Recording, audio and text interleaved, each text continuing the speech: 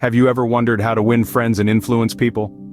Well, one of the key secrets lies in understanding the power of understanding itself. You see, when it comes to human interactions, avoiding criticism, condemnation and complaints is crucial. But why? Let's delve into that. Think about it. When you're criticized, how do you feel? More often than not, criticism stirs up defensiveness and resentment. It's like a prickly thorn that burrows under your skin, causing discomfort and in some cases, a lasting sting. And when we feel this way, our walls go up, hindering effective communication and bonding. Now let's turn to a compelling story about a man named Bob Hoover, an exceptional test pilot. Once, due to a significant mistake, his plane ran out of fuel mid-flight. Now he could have blamed the ground crew who had serviced his plane, he could have lashed out in anger, but he chose a different path. He chose understanding over criticism. Bob Hoover understood that mistakes happen. He understood that the ground crew didn't intentionally put his life at risk. Instead of criticism, he expressed his gratitude for their usual thorough work and asked them to be more careful next time. His approach, rooted in understanding and empathy, not only prevented resentment, but also ensured that such a mistake wouldn't occur again. This story illustrates a powerful lesson. When we choose understanding over criticism, we open doors to better communication, stronger relationships, and more positive outcomes.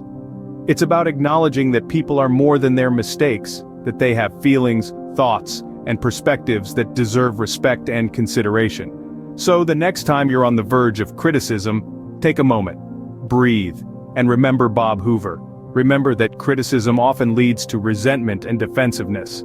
Then, make a conscious choice. Choose understanding, choose empathy, choose to see beyond the mistake and recognize the person. Remember, criticism often leads to resentment and defensiveness. Choose understanding instead. Oh, who doesn't like a compliment, right? It's like the cherry on top of a great day or the silver lining in a gloomy one. But here's the thing, it's not just about doling out nice words, it's about honest and sincere appreciation. Imagine you've poured hours into a project and someone recognizes your effort. It's a pat on the back that says, "Hey, you matter." It's an affirmation that what you do is seen, valued, and appreciated. It's a simple act, but it carries a profound impact. Now let's flip the coin. When you genuinely appreciate someone, you're not just making their day. You're acknowledging their importance, their contribution. You're creating a positive ripple that can turn into a wave of goodwill. Remember, appreciation is not flattery. It's not a manipulative tool. It's the recognition of the good in others. And it's a powerful catalyst for positive relationships. So, the next time you notice something praiseworthy, don't hold back. A genuine compliment can go a long way. When was the last time you smiled at a stranger? Now let's delve into the unassuming power of a smile. Picture this. A simple curve of your lips, a flash of teeth, and voila. You've just wielded one of the most potent tools in human interaction. It's like magic, really. A smile is an unspoken invitation, a universal language that transcends cultural boundaries. It says, "Hey, you're welcome here." A smile can be the bridge that connects two souls, even if it's just for a fleeting moment. It's a beacon of warmth in a world that can often seem cold and distant. It's a subtle affirmation that says, "I see you, and you matter." So why not share that magic with the world? Smiles are free, but the feelings they evoke are priceless. They can turn a stranger into a friend, soften a hard day, or lighten a heavy heart. Never underestimate the power of a warm smile. How good of a listener are you? Now that's a question that might make you pause and reflect. But don't worry, it's not a pop quiz. We're just diving into one of the most crucial aspects of interpersonal communication, listening. Imagine this, you're in a conversation, and you're doing all the talking. Sure, you're sharing exciting stories, perhaps some witty remarks, but the other person is silent. They're just nodding along. How would you feel? Maybe a bit like you're talking to a wall, right? That's because a conversation isn't a monologue, it's a two-way street, a give and take. Now let's flip the script. You're the listener this time. The other person is talking about their passions, their dreams, their fears. You're not just hearing their words, you're actively listening. You're engaged, asking follow-up questions, making connections. You're showing genuine interest in their story. It's a powerful experience, isn't it? In that moment, you're not just making the other person feel validated and important, you're also learning about their world, their perspective. Dale Carnegie, in his book How to Win Friends and Influence People, highlights the power of listening. He emphasizes that encouraging others to talk about themselves and genuinely listening to them creates a sense of importance and validation. It's not about being nosy or prying, it's about showing respect and understanding, it's about acknowledging that their thoughts, feelings, and experiences matter. But remember, genuine listening isn't just about staying silent while the other person talks. It's about active engagement. It's about showing empathy, providing feedback, and demonstrating that you understand what they're saying. It's about making the conversation a safe space for them to express themselves freely.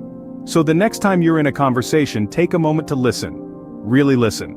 Let the other person share their story. Show them that you value their thoughts and feelings. It might seem like a small act, but it can have a profound impact on your relationship with them. As they say, we have two ears and one mouth for a reason. Ever tried putting yourself in someone else's shoes? This simple question introduces one of the most potent tools we can wield in our interpersonal interactions: empathy. Empathy, the capacity to understand or feel what another person is experiencing, is not just a fancy concept to throw around, it's the cornerstone of effective communication and meaningful relationships. Imagine you're in a conversation with someone. You're both exchanging ideas, but something feels off. There's a sense of disconnect. Why? Because you're viewing things from your perspective only, and not considering the other person's viewpoint. The magic begins when you step outside your comfort zone and start seeing things from the other person's angle. You begin to grasp their feelings, their motivations, their fears, and their aspirations. Suddenly the conversation takes on a whole new depth. You're no longer just talking at each other, you're connecting. But empathy goes beyond just understanding the other person's perspective. It also involves appealing to their nobler motives. People are often driven by their higher principles and values. By recognizing and appealing to these, we can create a more meaningful dialogue. We're not just acknowledging the other person's thoughts and feelings, we're validating their identity and their worth. And here's the icing on the cake: making the other person feel important. This doesn't mean flattery or insincere compliments. No, it's about recognizing their value, their contributions, and their uniqueness. It's about showing respect and consideration for their thoughts and feelings. When people feel seen, heard, and valued, they're more likely to open up, engage, and even be influenced. So the next time you're in a conversation, remember to pause, step into the other person's shoes, and see the world from their perspective. Appeal to their nobler motives and make them feel important. You'll be surprised at the depth and richness this adds to your interactions. Empathy isn't just a buzzword, it's a key to effective communication. When was the last time you praised someone's improvement? Let's take a moment to ponder over this. The power of positive reinforcement is profound, yet often overlooked in our fast-paced world. It's a simple concept that can bring about monumental change. Imagine you're learning to play the piano. At first your fingers fumble over the keys, the chords seem alien, and the melody is just shy of a cacophony. But then, you hit a note right. And someone, maybe your teacher or your parent, praises you for it. That single word of encouragement propels you to try again, to hit another note right. And before you know it, you're playing an entire song. That's the magic of positive reinforcement. It's the fuel that powers perseverance, the wind that propels the sails of improvement. It's a gentle nudge that says, you're on the right track, keep going. But here's the catch. Positive reinforcement isn't just about showering praises, it's about being genuine, about taking a moment to notice the small steps of progress and acknowledging them. A word of encouragement after a failure is worth more than an hour of praise after success. And when it comes to faults, it's crucial to remember that nobody is perfect.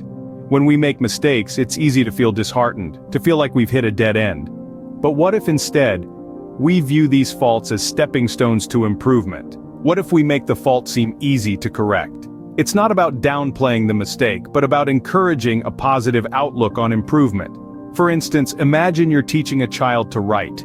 They've just written their first word, but the letters are all jumbled up. Instead of pointing out the mistake, you say, "Hey, you've got all the right letters. Now let's try arranging them differently." The child doesn't feel criticized. Instead, they feel motivated to try again, to improve.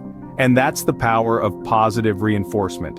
So, let's make a habit of noticing and acknowledging the small improvements, of using encouragement as our tool, of making faults seem like opportunities for growth. Remember, positive reinforcement often works better than criticism. So, what have we learned today? We've delved into the wisdom of Dale Carnegie's timeless masterpiece, How to Win Friends and Influence People. We've discovered the power of understanding and the art of appreciation. We've learned that a simple smile can brighten someone's day and that listening can be more powerful than speaking. We've recognized the importance of empathy, of seeing things from another's perspective, of appealing to nobler motives. We've learned that dramatizing our ideas can captivate, and that starting with praise can set a positive tone. We've seen the value of admitting our mistakes, of asking questions instead of giving orders, and of letting others save face.